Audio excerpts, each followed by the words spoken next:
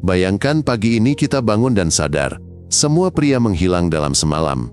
Komunikasi tak putus, internet tak mati, hanya separuh populasi lenyap. Truk-truk kosong di jalan, kursi kerja tak berpenghuni, ponsel kerabat hening. Kita segera tahu, ini bukan rumor, tapi kenyataan. Kini, jangan panik atau menebak. Mengapa? Mari susun apa yang berhenti berfungsi sekarang. Siapa yang bisa mengambil alih tugas? Bagaimana menjaga listrik, air, medis, dan ketertiban dalam beberapa hari.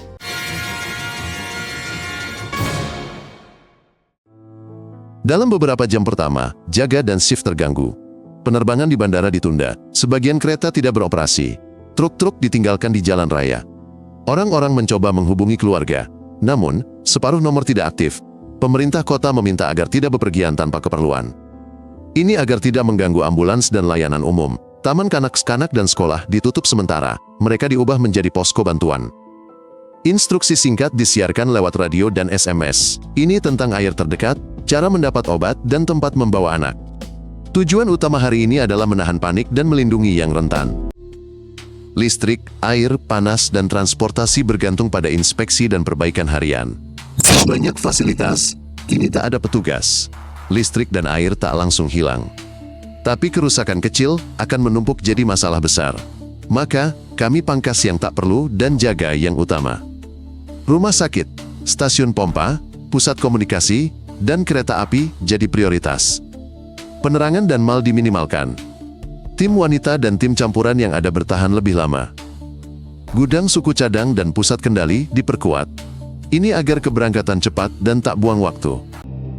Layanan medis tetap beroperasi, namun sulit. Sebagian ahli bedah, anestesiolog, dan tim darurat tidak dapat bertugas. Operasi terencana ditunda, kasus darurat diprioritaskan. Daripada kursus panjang, kami pilih pendekatan sederhana. Kami melatih banyak orang untuk tindakan dasar. Semua yang bersedia diajari cara menghentikan pendarahan. Mereka juga belajar cara menjaga pernapasan, menggunakan defibrilator, dan memindahkan pasien dengan benar. Ini cepat dan efektif. Di pedesaan, pos keliling dibuka. Pos ini menyediakan insulin dan inhaler. Masyarakat juga diajari langkah pertolongan diri sederhana.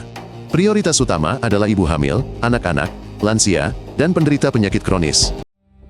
Di tempat yang dipimpin pria, kini kursi-kursi kosong. Jika hukum mengatur penyerahan wewenang, para wakil dan juru bicara perempuan mengambilnya. Mereka membentuk tim krisis. Fokusnya, pangan, bahan bakar, obat, komunikasi, dan keamanan gudang. Negara tetangga membuka jalur bantuan dan menyederhanakan izin kargo kemanusiaan. Mereka bertukar tim teknisi energi dan dokter, lalu menyepakati rute. Organisasi internasional bantu mengidentifikasi kekurangan dan mengatasi yang paling mendesak. Pertahanan siber juga diperkuat, bank dan jaringan komunikasi butuh aturan cadangan sederhana serta kontak jelas untuk kegagalan sistem. Pasar jatuh karena ketakutan dan penghentian. Bisnis menyederhanakan laporan dan pembayaran. Mereka hanya mempertahankan yang esensial, makanan, obat, komunikasi, dan bahan bakar. Dalam beberapa minggu ke depan, pangan dan bahan bakar sangat penting. Pengamanan dan transportasi prioritas dialokasikan untuk pertanian, penggilingan, dan pabrik roti. Apotek menerima pasokan terpisah. Toko memberlakukan batasan pembelian agar rak tidak kosong. Negara memberi kelonggaran pajak dan kredit murah untuk modal kerja. Wanita dilatih mengemudi traktor, pengering gabah, dan pendingin.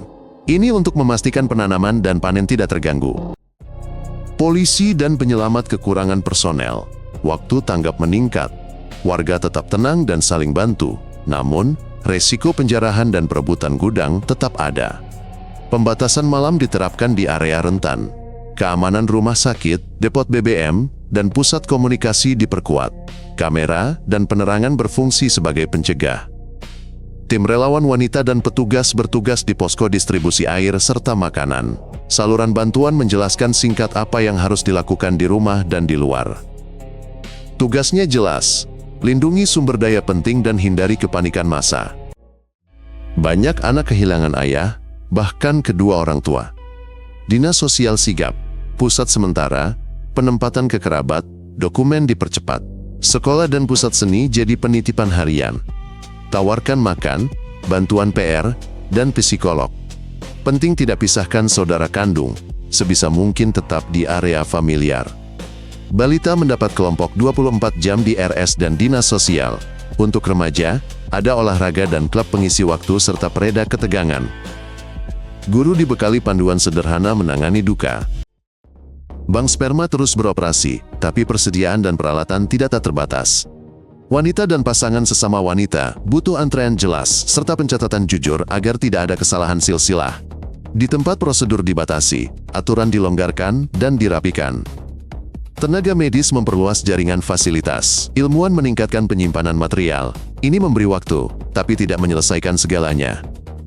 Dibutuhkan spesialis, bahan habis pakai, laboratorium, dan logistik stabil. Secara paralel, ahli embriologi wanita dan perawat dilatih untuk menambah shift. Semua keputusan dibuat transparan dan dijelaskan dalam bahasa sederhana, tanpa janji cepat dan langsung. Kehidupan intim akan tetap ada, namun berbeda. Banyak orang butuh dukungan dan nasihat jelas, agar tak salah membedakan duka dan mencari hiburan. Cara menyepakati batasan dan rasa hormat, serta cara tidak merugikan diri sendiri.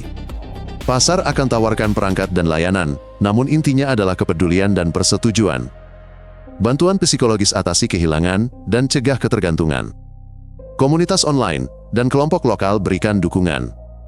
Sekolah dan klinik perbarui materi edukasi dengan bahasa sederhana tentang keamanan, persetujuan, serta hormat pada diri dan pasangan.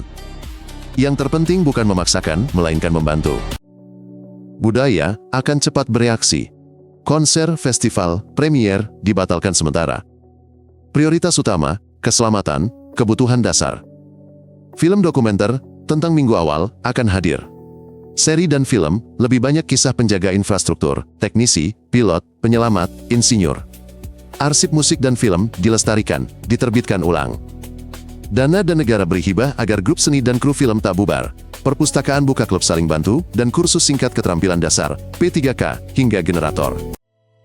Wanita harus menyeimbangkan rumah, kerja, dan merawat orang terdekat. Ini berat. Langkah sederhana membantu, daftar tugas, belanja bareng tetangga, jadwal piket, saling bantu PR, dan anak-anak. Pemberi kerja terapkan jam kerja fleksibel dan kerja jarak jauh jika memungkinkan.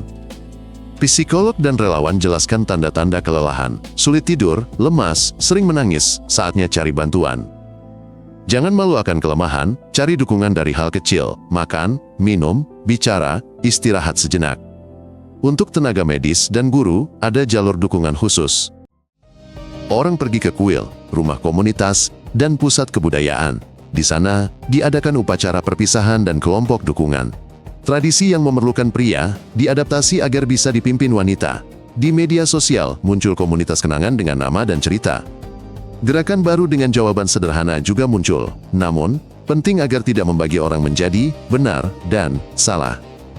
Pemimpin agama dan sekuler membantu menghadapi duka tanpa janji keajaiban. Di halaman dan sekolah, ada hening cipta dan pertemuan tetangga. Ini memberi orang dukungan dan rasa kebersamaan. Beberapa pabrik dan transportasi akan berhenti, emisi pun berkurang sementara. Ini bukan kemenangan. Jika sampah tak diangkut atau sanitasi tak dirawat, resiko penyakit dan kebakaran cepat meningkat. Peternakan dan hewan butuh perawatan harian. Jadi pertanian jadi prioritas, setara air dan rumah sakit. Tim wanita, didukung pemerintah daerah, menangani pakan, pengairan, pupuk, dan panen. Kota butuh rencana sederhana, air dan sanitasi utama, daur ulang setiap hari. Zona hijau kurangi panas dan asap. Penyimpanan bahan kimia dan tangki bahan bakar juga diawasi ketat. Kelahiran akan berkurang. Ini karena kehilangan pasangan dan stres. Bahkan dengan bank sperma, pertumbuhan penduduk akan rendah selama bertahun-tahun. Ini akan berdampak pada sekolah, juga tenaga kerja dan pensiun masa depan. Negara harus mempertahankan orang dalam profesi lebih lama.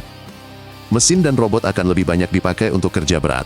Wanita akan cepat dilatih di bidang teknik, energi, dan transportasi. Aturan penerimaan pendatang akan dilonggarkan. Ini untuk menarik pekerja wanita ahli. Tidak akan ada keajaiban instan. Ini adalah perjalanan panjang.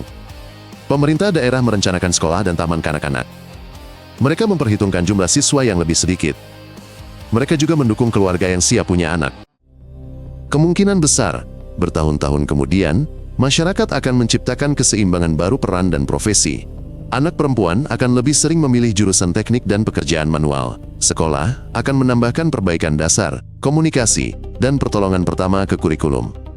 Kota-kota mungkin perlu menulis ulang instruksi, agar siapapun bisa mengganti staf kunci yang absen. Cukup ikuti daftar periksa yang mudah dipahami. Kedokteran reproduksi akan maju, namun dengan tenang dan transparan. Dan kesimpulan utamanya sederhana, yang menyelamatkan bukan slogan, melainkan organisasi, pelatihan, dan saling membantu setiap hari. Jika menarik, berlanggananlah agar tidak ketinggalan episode baru. Kami menyajikan semuanya secara ringkas, dan langsung pada intinya.